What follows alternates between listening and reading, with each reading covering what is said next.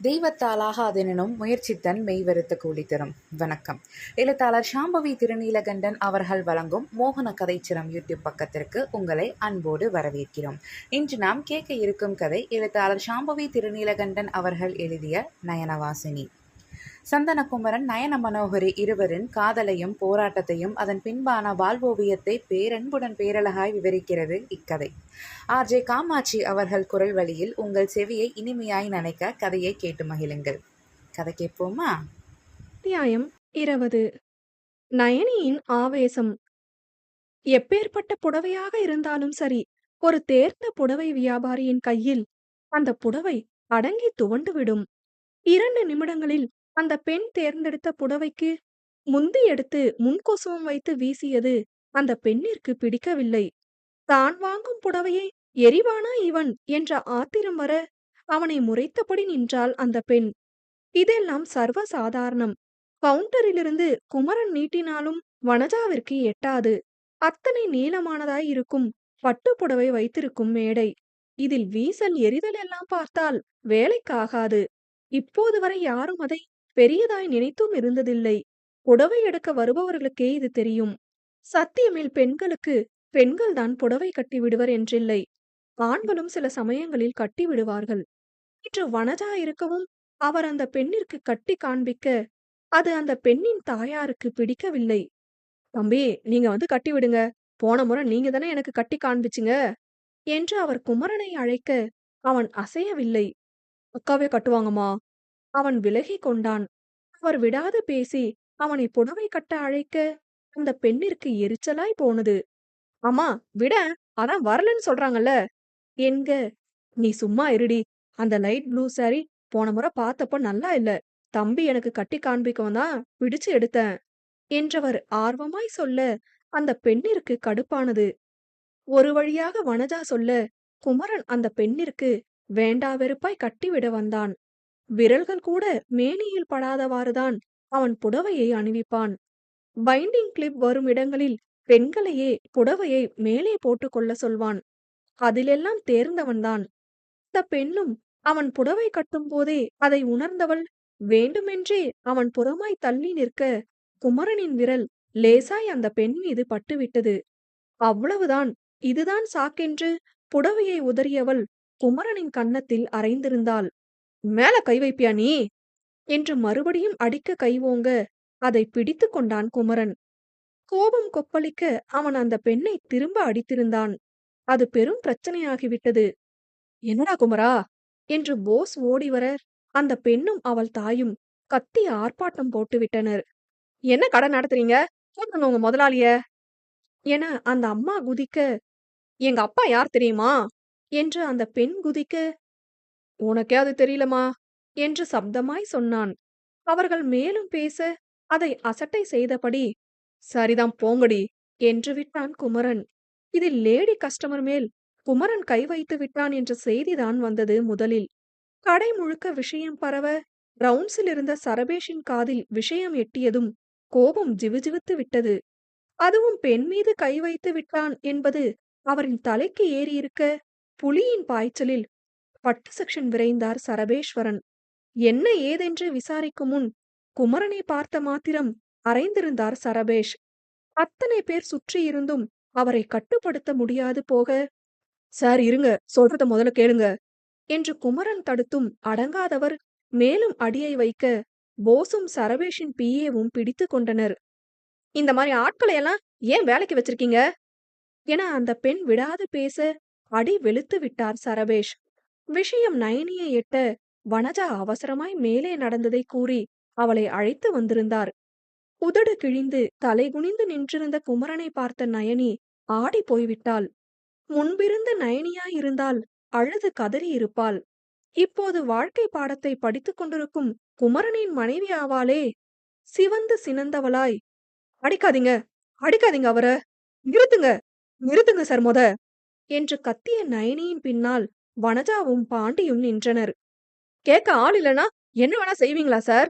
மொத என்ன நடந்துச்சுன்னு விசாரிங்க என்பதற்குள் மேனேஜ்மெண்ட் ஆட்கள் வந்து விட்டனர். சரபேஸ்வரன் என்னையா என்று போஸிடம் கேட்க அதற்குள் வனஜா அந்த பெண்ணை குற்றம் சுமத்தியிருந்தார். அதை உடனே யார்தான் ஏற்பார்கள்? என்ன துணி வாங்க வந்த கஸ்டமரையே ப்ளேம் பண்ணுவீங்களா? கால் த போலீஸ் நவ். பப்ளிக்கா என்ன ஹராஸ் பண்ணிருக்கான் என்று அவள் கத்த ஆரம்பிக்கவும், அவளை சமாதானம் செய்ய சத்யமின் ஒரு படை கிளம்பியது. நயனியோ, "பாண்டியண்ணா வீடியோ எடுங்க" என்றவள் வனஜாவிடம், "நீங்க சொல்லுங்கக்கா" என்றபடி அந்த பெண்ணின் முன்பு போய் நின்றாள்.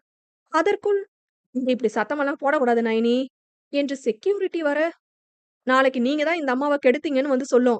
பரவாயில்லையா உங்களுக்கு?" என்க அவர் ஆடி போய்விட்டார்.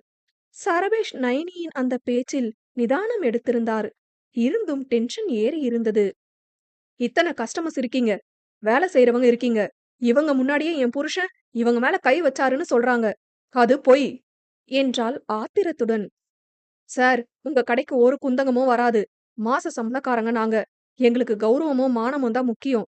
இந்த அம்மா சொன்னது பொய்யா இல்லையான்னு சிசிடிவி பார்த்து சொல்லுங்க" என்றாள் மிக தெளிவாய். என்னதான் குமரன் அவளை திரும்ப அடித்திருந்தாலும், ஒரு தெரியாத பெண்ணிடம் அடிவாங்கி நின்றது அவமானம் பிடுங்கி தின்றது. இதில் அவள் உதிர்த்த வார்த்தைகள் காதில் கேட்க முடியவில்லை.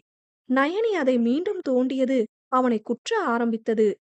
அவன் ஆயாசமாய், "நயனி" என்க, "நீங்க பேசாதீங்க மொத" என்றாள் அதே ஆத்திரத்துடன். "உங்களுக்கு வேணா உங்க ஸ்டாஃப்ஸ் மேல நம்பிக்கை இல்லாம இருக்கலாம். ஆனா எனக்கு என் புருஷன் மேல நம்பிக்கை இருக்கு. சிசிடிவி வீடியோஸ் காட்டுங்க சார்" என்றாள் மீண்டும். அப்படியெல்லாம் பெரிய இடத்தில் பேசிவிட முடியாது. ஆனால் நயனி பேசினாள். கொலையான கோபம் வந்து நின்றது அவளுக்கு. பின் எத்தனை திமிர் இருந்தால் குமரன் அவளை தொட்டான் என்பாள்? யார் கொடுத்த தைரியத்தில் என் கணவன் மேல் கை வைப்பாள் என்று சினம் மூண்ட காலியாய் நின்றவளை யாரும் நெருங்க முடியவில்லை. அங்கிருந்த வாடிக்கையாளரும் கூட, "சிசிடிவி பாருங்க, யார் மேல தப்புன்னு தெரியும்" என்று சொல்ல, கண்காணிப்பு கேமராவை பார்த்தாக வேண்டிய சூழல் நிலவியது. சர்வேஷின் நேரடி தலையீடு வேறு ஏற்பட்டிருக்க, தன்னுடைய பிஏவிற்கு கண்ணை காட்டினார். இந்த பெண்ணின் தாயோ, "எதுக்கு தேவையில்லாம அந்த பையன மன்னிப்பு கேட்க சொல்லுங்க, நாங்க கிளம்புறோம்" என்றார் பரபரத்து. "நில்லுங்க, உங்க பொண்ணு தானே போலீஸ் போறேன்னு சொன்னாங்க. என்ன வருதோ அத பாத்துட்டே போங்க.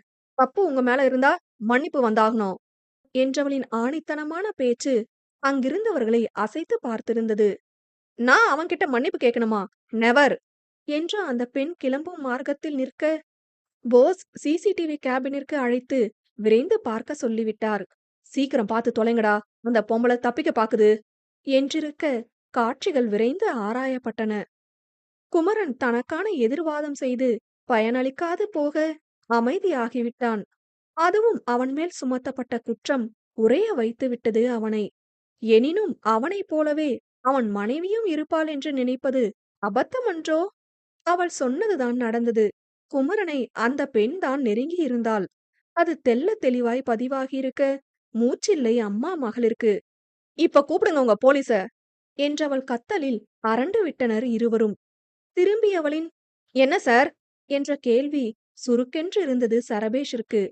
மேலும் பிரச்சனையை வளர்க்காதிருக்க எண்ணி அனைவரையும் அப்புறப்படுத்தினர் மேனேஜ்மெண்ட் ஆட்கள். "என்ன அநியாயம்" என்று பாண்டி பொங்க, "வனஜா, மலமாடுங்க மாரி இவளுங்களே வந்து நிப்பாளுங்க. ஆம்பளதான் புடவ கட்டுவான்னு தெரிஞ்சுதானே நின்னா. மேல கைப்படாம தான் குமரன் கட்டுனான். இவளா வந்து ஏறிட்டு நின்னு அடிச்சா சும்மா விட்டுறணுமா" என்று ஆத்திரமாய் பேசினார். ஆனால் அதை சட்டை செய்ய யாரும் இல்லை.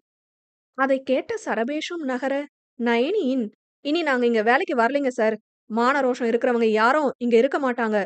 குமரனோட சம்பள பணத்தை செட்டில் பண்ண சொல்லுங்க" என்பதை கேட்டுக்கொண்டு வெளியேறினான் சந்தனகுமரன்.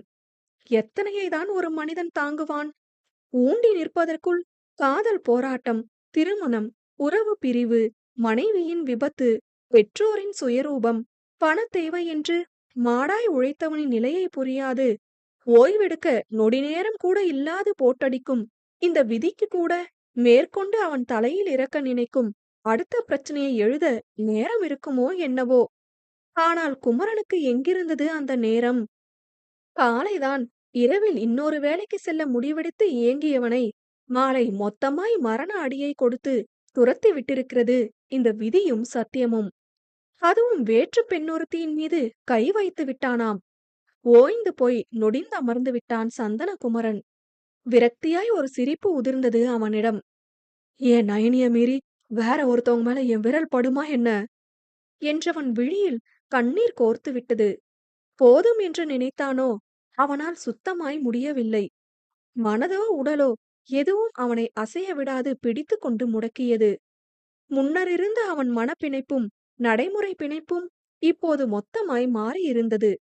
தனியாளாய் அவன் இருக்கும்போது சரியாக யோசித்தவனுக்கு திடீரென வாழ்க்கையில் ஏற்பட்ட இத்தனை பெரும் கூத்தில் எல்லாம் மங்கிய உணர்வு. அதில் கிரீடம் வைத்திருந்தது இன்றைய நிகழ்வு. அடுத்து என்ன என்று கூட நினைக்காது நடு இரவு நேரத்தில் நடுத்தெருவில் நின்றிருந்தான் சந்தனகுமரன். அத்தியாயம் 21. புது தொழில். இரவு நேர ரோந்து வாகனங்கள் ரோட்டில் வலம் வர கண்களில் பெருந்தவிப்புடன் சாலையின் ஓரங்களை ஆராய்ந்தபடி இருந்தன அவளின் நயனங்கள். 2 வருடங்களுக்கு முன்பு கூட இந்த நயன அழகில் விழுந்தவனின் காதலை பெற பெரும் தவமிருந்து வென்றிருந்தாள் நயன மனோகரி. ஆம், அவள்தான் குமரனை முதலில் விரும்பியது, காதலிக்க துவங்கியது, காதலை சொன்னது. வேண்டாம் என்றவனை துரத்தி எல்லாம் அவள் காதலிக்கவில்லை. அவள் அமைதியும் அடக்கமும் வெகுளித்தனமும் குமரனை ஈர்த்து ஆகர்ஷித்திருக்க, அவனை பார்க்கும் போதெல்லாம் அந்த நயன விழிகள் சிந்தும் மஞ்சமதில் மீள முடியாது விழுந்து ஆழ்ந்தான் சந்தனகுமரன். அவர்களிடம் காதலை தாண்டிய வாழ்க்கை புரிதல் இருக்க, சாதிகளுக்கான புள்ளி இடமும் இல்லாது அவர்கள் கைகள் இறுகி பிணைந்திருந்தது. இதோ கணவனுக்காக வறண்டு அவன் மானத்தை காத்தவள் அவனை காணாது தெரு தெருவாய் தேடி அலைகிறாள். அண்ணா திரும்ப கூப்பிட்டு பாருங்களேன் என்றவளுக்கு சமாதானம் சொல்லும் நிலையை கார்த்தியும் தாண்டி இருந்தான். நயனி வேலையை உதறிய கையோடு குமரனை தேட அவன் எப்போதோ சத்தியமிலிருந்து வெளியேறியிருந்தான். பயந்தவள் கார்த்திக் அழைத்து விஷயத்தை பகர, மேல எதுக்கு கை வைக்கிறான் அந்த ஆளு? கேட்க ஆள் இல்லனா என்ன வேணா செய்வானா?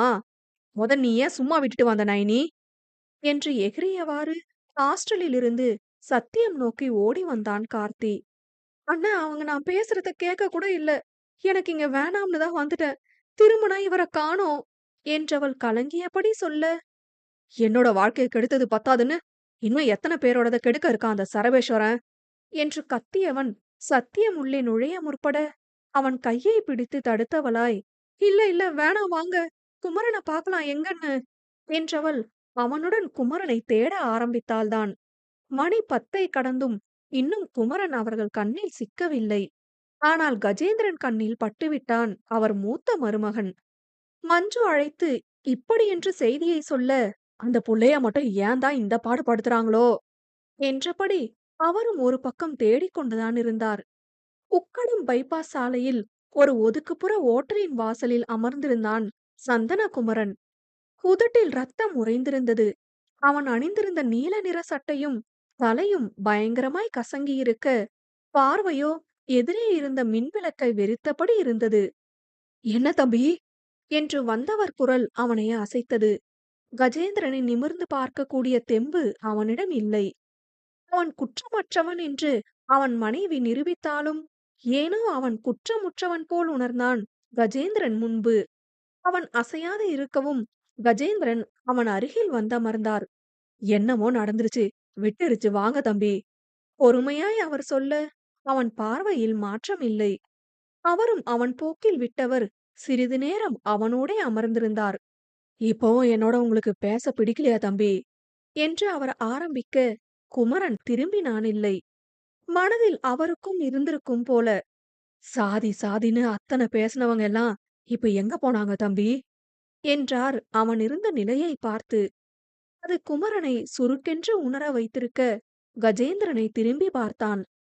உங்க வீட்ல சாதிய பார்த்தாங்க, நாங்க மனுஷனை தான் தம்பி பார்த்தோம். ஏன் கீழ் சாதிக்காரங்கன்னா நாங்களும் மனுஷங்க இல்லையா?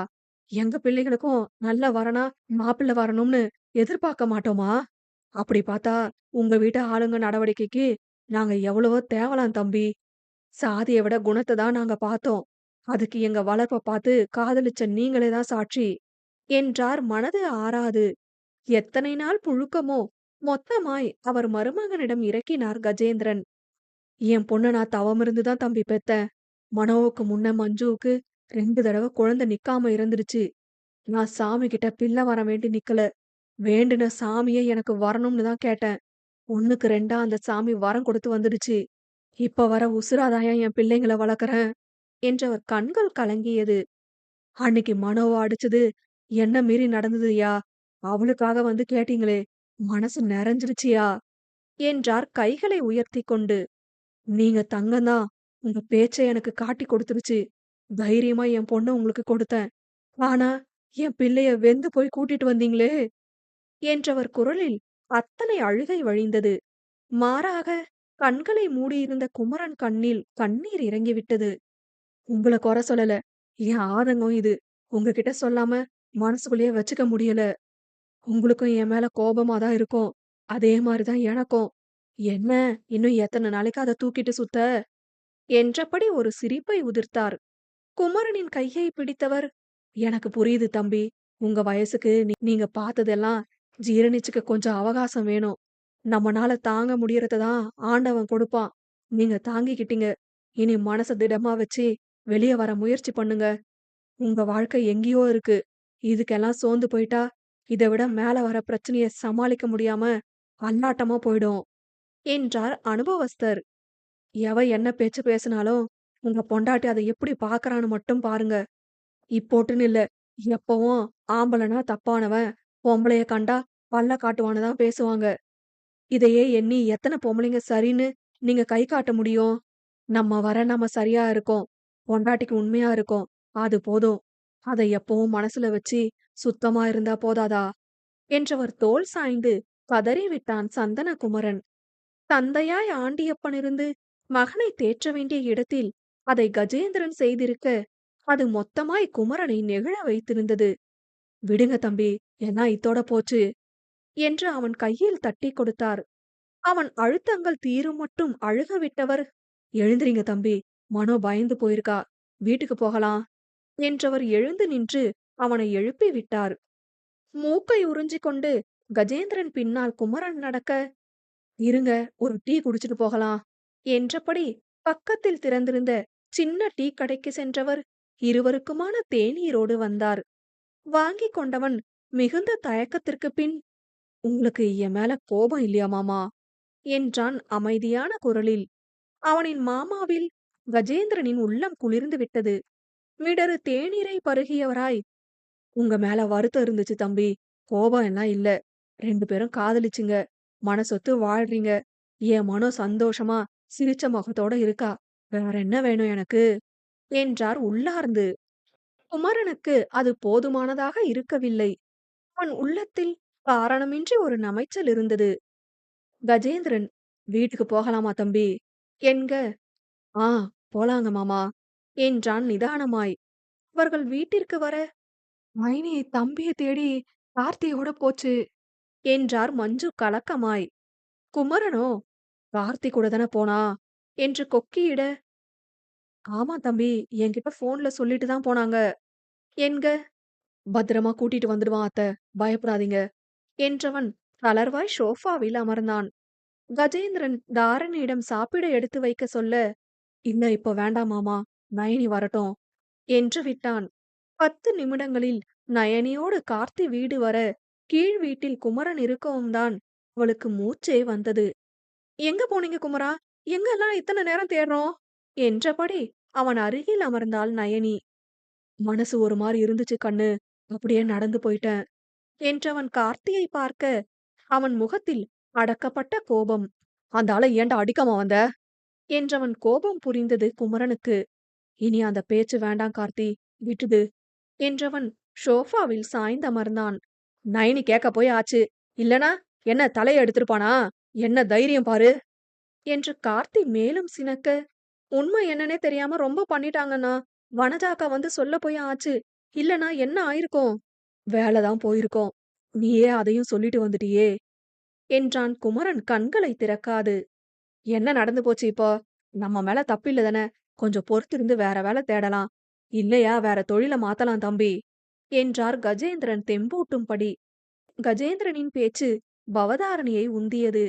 அதில் உருவான அவள் யோசனையை கத்தரிக்காது குமரனிடம் மொழிந்தாள் பவதாரணி. மாமா, நீங்க ஏன் சொந்தமா தொழில் பண்ணக்கூடாது? மனோ கூட முன்ன சொல்லியிருக்காளே என்க, நயனியின் முகத்தில் அலைப்புறுதல். அதற்கு மாறாக குமரன் முகத்தில் யோசனை ரேகை. கார்த்தியும், "எங்களுக்கு தெரிஞ்சது ஜவுளிதான். அதத்தான் வைக்கணும்" என்க, குமரன் நொடி தாமதிக்காது, "அதான் வைக்கப் போறோம்" என்றான் ஆணித்தனமாய். அதை கார்த்தியும் வீட்டாரும் எதிர்பார்க்கவில்லை. "அவசரப்படாதீங்க தம்பி, கொஞ்சம் நேரம் எடுத்து யோசிங்க" என்று மஞ்சு கூற, சன்னமாய் சிரித்தான் சந்தனகுமரன். "அத்த, என்னோட ஆசையே சொந்தமா ஒரு துணிக்கடை ஆரம்பிக்கிறது தான். என்ன கொஞ்சம் வருஷம் பணத்த சேர்த்து வச்சு தொடங்கலாம்னு இருந்தேன். இப்போ நானே எதிர்பார்க்கல" என்றவன் முகத்தில் ஒரு தீர்க்கம். அவன் எண்ணம் புரிந்தவளாய், "குமரா" என்று பரிதவித்தாள் நயனி. "எல்லாம் பண்ணலாம் கண்ணு, தப்பில்ல" என்றவன் கணக்கை படுவேகமாய் போட ஆரம்பித்திருந்தான். அவன் ஆர்வமும் ஆசையும் அதுதான் என்று நயனிக்கு முன்பே தெரியும். இருந்தும் அவனின் அவசரம் அவளுக்கு சரியாய் படவில்லை. தவிர பணம், அதுதான் இங்கு இப்போது பிரதான பிரச்சனையாய் இருந்தது. "விடு நயனி, நாங்க பாத்துக்கிறோம். காலையில எனக்கு ஒரு முக்கியமான வேலை இருக்கு.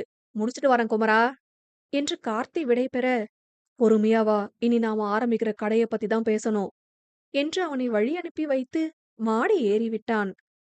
"எதுக்கும் கொஞ்சம் பேசி பாரு, பொறுமையா பேசு, ஏற்கனவே மனசு ரணப்பட்டு வந்திருக்காரு" என்று நயனிக்கு சொல்லி அனுப்பி வைத்தார் மஞ்சு. அதை யோசித்தபடி வந்தவள், "குமரா" என்க, அவனின் இறுகிய அணைப்பிற்குள் இருந்தாள் நயன மனோகரி.